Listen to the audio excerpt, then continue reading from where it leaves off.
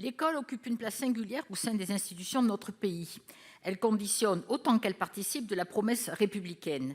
Notre histoire nous l'enseigne, le présent nous le rappelle.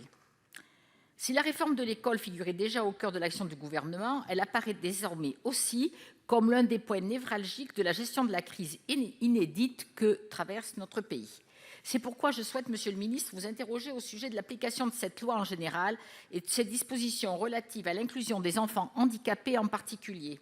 En premier lieu, les répercussions sur l'enseignement de cette épidémie ont-elles modifié certains aspects de l'application de la loi pour une école de la confiance et plus largement de votre approche de notre système éducatif?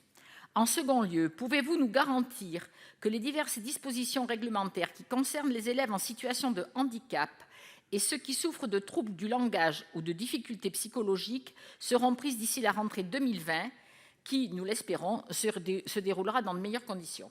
Je pense notamment aux articles 13, 30 et 31 de la dite loi, qui traitent respectivement du dépistage des troubles du langage et des apprentissages chez les enfants de moins de 6 ans, de la coopération entre établissements médico-sociaux et scolaires pour la prise en charge des élèves en situation de handicap et de l'accompagnement des jeunes qui présentent des difficultés psychologiques. Je vous remercie.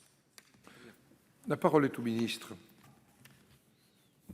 Merci Monsieur le Président, Madame la Sénatrice. Plusieurs textes d'application relatifs à la scolarisation des élèves en situation de handicap restent à prendre dans le cadre du projet de loi, comme vous l'avez rappelé, pour une école de la confiance, s'agissant du décret prévu à l'article 30 de cette loi sur la coopération des acteurs scolaires et médico-sociaux. Un groupe de travail constitué de toutes les parties prenantes a été constitué. Ces travaux ont été interrompus par la crise sanitaire.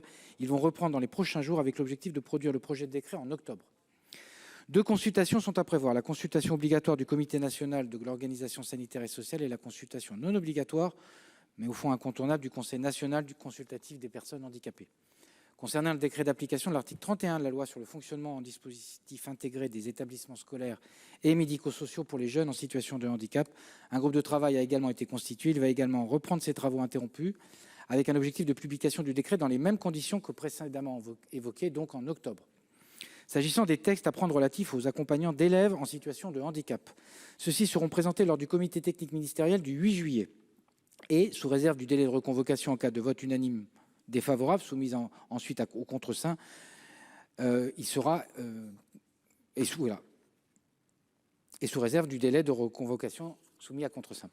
Enfin, s'agissant de l'arrêté prévu à l'article 46 de la loi sur le cahier des charges des contenus de la formation initiale spécifique concernant la scolarisation des enfants en situation de handicap, le groupe de travail créé poursuit ses travaux. Une 4e réunion est prévue ce jeudi 25 juin pour valider le cahier des charges. 30 heures de formation seraient notamment dédiées à la scolarisation des enfants en situation de handicap. Un arrêté sera ensuite publié en septembre 2020, de telle sorte que les prochaines formations répondront bien au cahier des charges. Merci. La parole est de notre collègue Alain